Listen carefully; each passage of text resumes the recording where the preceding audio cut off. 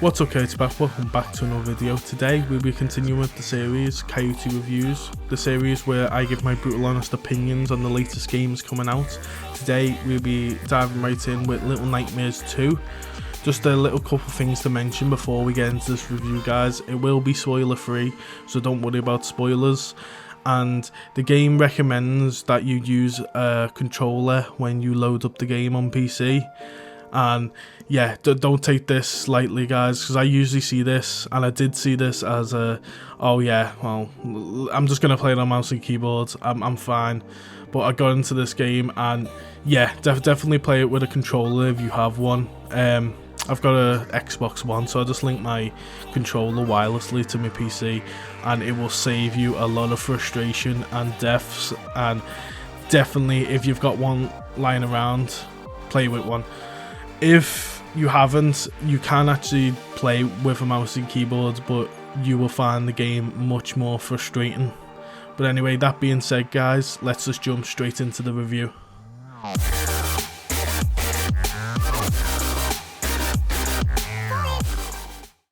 So guys, what is Little Nightmares 2? Little Nightmares 2 is a puzzle platformer horror adventure game published by Bandai Namco Entertainment. Note, all gameplay is on PC with all the settings maxed out on Ultra, but my computer is not a high-end computer by any standards. You'll be able to play this probably on the max settings, even if you've got, you know, a low-end computer. It doesn't require a lot. But I want to get into today's main bit of the video, the gameplay.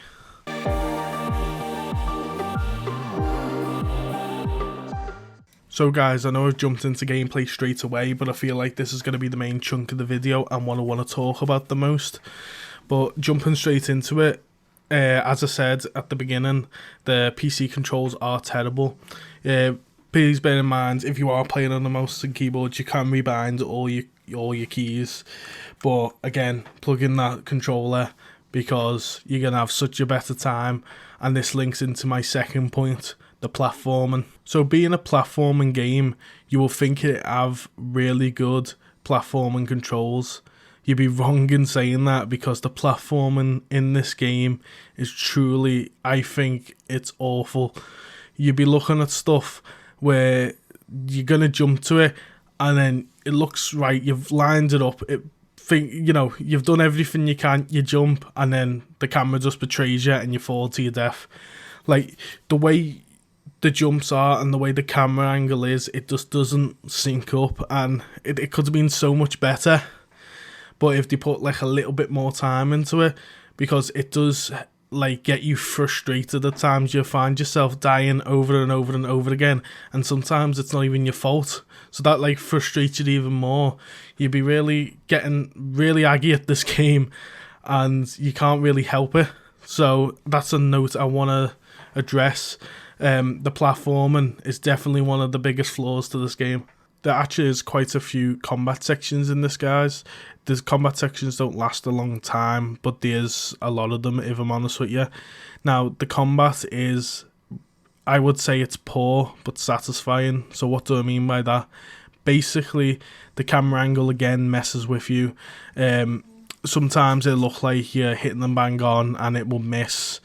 Now, I feel like your timing with the combat, you need to be perfect with it. If you swing too early, you're dead. If you swing too late, then you're dead again. And this can lead to very frustrating moments. But the satisfying comes in when you literally hit a character over the head and his head just shatters everywhere, especially in the school with the porcelain doll kids. You literally smash the heads everywhere, and you definitely feel accomplished with the combat. You feel like every hit is meaningful, and they smashed it with that. But again, it could have been saved by a few little tweaks, but I wouldn't say it's completely awful. The combat is decent for a platformer game. The platforming linked with the combat can really get you frustrated at times. You'll be finding yourself going off on little breaks or just getting off the game completely for the day. But the silver lining to that is you always come back wanting to achieve it. You never want to give up. That's the good thing about this game. You die over and over and over again, but the checkpoint system in this game is really, really good. You only go back a couple seconds maybe. Sometimes it can punish you more times than others, but for the majority it stays the same, and it's just quick repeat, like rinse, repeat, die, go back to the start, do it again until you do it. And I think that's quite satisfying when you actually do it. I do like them times, but I don't think a game should piss you off to the point where you need to just get off the game and say, you know what, F that for the day, you know.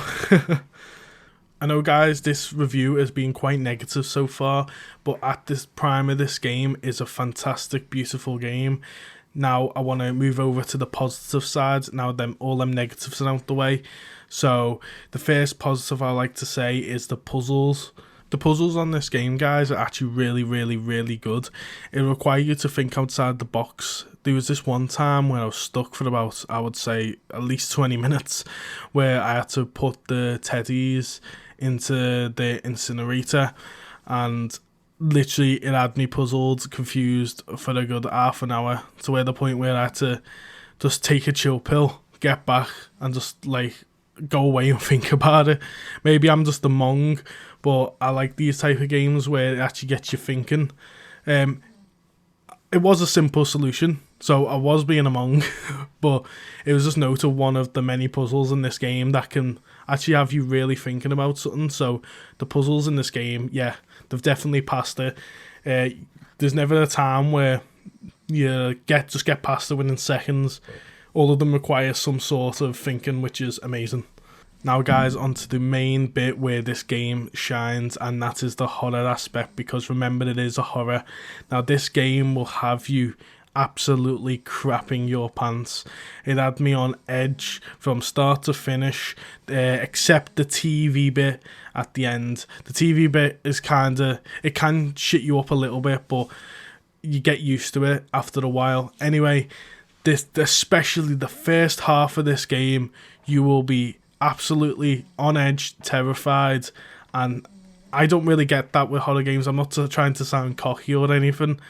I don't really tend to get scared over horror games, but this game, guys, you will just feel uneasy.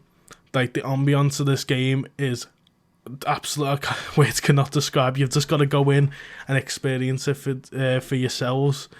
Because it won't look as scary on a YouTube video. I can put some scary aspects there for you, but it's one of them games that once you play it, you know that's your full experience, and I hope everyone can experience that with any game once in a lifetime, because it's bloody fantastic.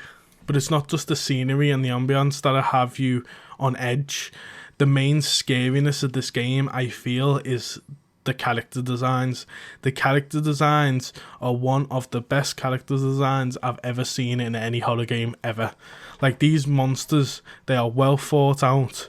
But you can call them monsters. They're like creatures. They're like, I don't even know what they are. They are just pure terrifying. I will show a couple of them right now. But by far the scariest one is the teacher. The teacher is hands down, I think that's the scariest creature I've ever went against in a video game. Like, she had me on edge. I was screaming the whole time. But yeah, that doesn't like distract from the other monsters. The other monsters are still amazing. Like, well thought out. It's only about, I would say, I think there's 4 or 5 of them, but they are all well thought out, and they are have you crapping your pants once again. So yeah, again, experience this, guys. Now, for people who care about this stuff, there actually is some collectibles. Now, I know most people just dismiss these collectibles in most video games, but you actually collect hats that are hidden around the game. Some of them have throwbacks to the first game, which is amazing. Some of them are actually hard to find. I think in my playthrough I got around 6 of them. I think there's 20 in total. I might be wrong with that, but you basically collect a hat and you can wear it. You can customize, you can customize what's on your character's head for the rest of the game. No, you can change them out at any time. So for people who care about that, like, it's there, but it doesn't take away from the gameplay. Like, the gameplay is still going to be top notch. Like, don't worry about these hats. Obviously, don't affect the game whatsoever. They're just cosmetic, so don't worry about that. But they are there for the people who actually want to collect them, and I reckon these collectibles are better than most games collectibles because you can actually get something out of it.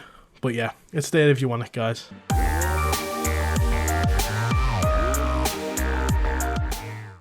Now guys, onto the story. The story of this game, I think this is where it's going to get a little bit controversial, but the story on this game, I personally just did not like. It had some really good aspects of it, but not to spoil anything, but the ending is not really satisfying to me. I know I've read reviews and I've listened to the community. The community really like this. There's like a cult following for this game, but the story, the ending, it just leaves you with so many unanswered questions.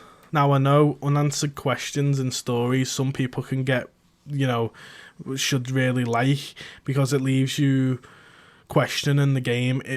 Like, this is another game where you'd be questioning at the end and you'd be trying to link in the story of what you've just experienced, making up your own endings and all that. Personally, I think that's awful. I don't like that at all. But I know a lot of people out there who actually really like that. But me, not as much, because I want the story. I've paid me money. I want, like, story. I want the ending to it. I want to know the conclusion. I don't want to make it up in my head, because I'm not the one who bloody designed the game, you know what I mean, guys? Like, if I was a games designer, fair enough, but I'm not. I'm just a normal person who's playing these games for fun. So why do I have to make up the ending of the story? I just don't get that. As I said, the community's got a really good, like, cult following to this game. You actually can go and research the ending on Google or on YouTube videos if you care.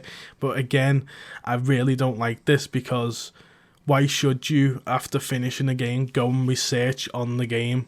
Like, you should be satisfied with everything. Obviously, go and discuss and talk and explain what you like and all that. But if you have to go out looking for theories on the stories, I know some people get off to that, but I personally don't, because I just want to know how the story ends, and then you can make up crazy theories and that. I'm not saying theories is bad, and I'm not saying people who like this kind of stuff is incorrect, because they're not. That's just the way they experience games and enjoy them, and that's fair enough. But the way I experience and enjoy games is totally different to them. I just want an ending, I want to know what happens in my head, so I know that's it, oh, that's how it ended, oh, that's really cool. But I'm not saying it's an awful ending. It just wasn't for me, Another thing to note about the story, guys, it's only 4 to 5 hours. It'll be around the 5-hour mark if you're taking your time, or you're dying a lot, or you really can't solve the puzzles. So I know that can be a little short, guys, but I think it's perfect, because the game shouldn't be long. And I found when I was getting towards the end of the game, I was like, you know what, I just want this to be over. I'm getting bored of the puzzle platforming, because it's the same aspect the whole game. It doesn't switch it up. You meet new characters and all that, like these monsters, but at the end of it, you're just like, can this end? Until you get to the final. All I'm going to say without spoiling is tower. People who have played that will understand what I mean by that.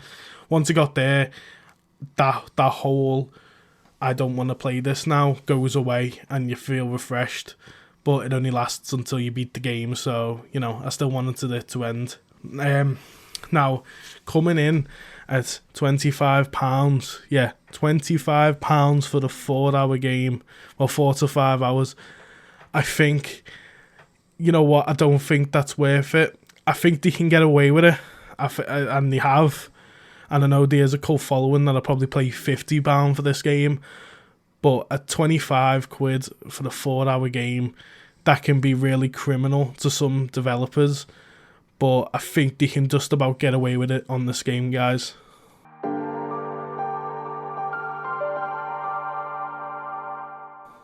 So guys, on to my final verdict on Little Nightmares 2. Little Nightmares 2's story and horror aspect is absolutely unreal, and I totally recommend the game to experience that if you've got the extra money. But it lets itself down at the fact that the controls are terrible, the platforming's god awful at times, and the combat can be really, really frustrating. So it really lets itself down. Added with the price of the game, I'm going to actually have to rate this game a 6.5 out of 10 for today. It lets itself down. It could have been really, really, really fucking good. And it can be in places, you know, when your platforming's going well and you haven't died in a while, it can be really, really, really good. And you can get some horrifying moments out of this game. But the controls and the amount of unnecessary deaths you're going to get, it lets itself down, and for that, I can't forgive, guys. So guys, this brings us to the end of today's video. If you've enjoyed what you've seen today, why don't you consider dropping a like on the video and subscribing on this YouTube journey.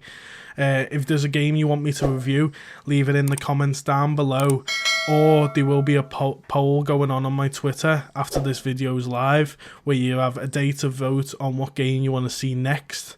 Other than that, guys, I hope to see you on my next video. Peace.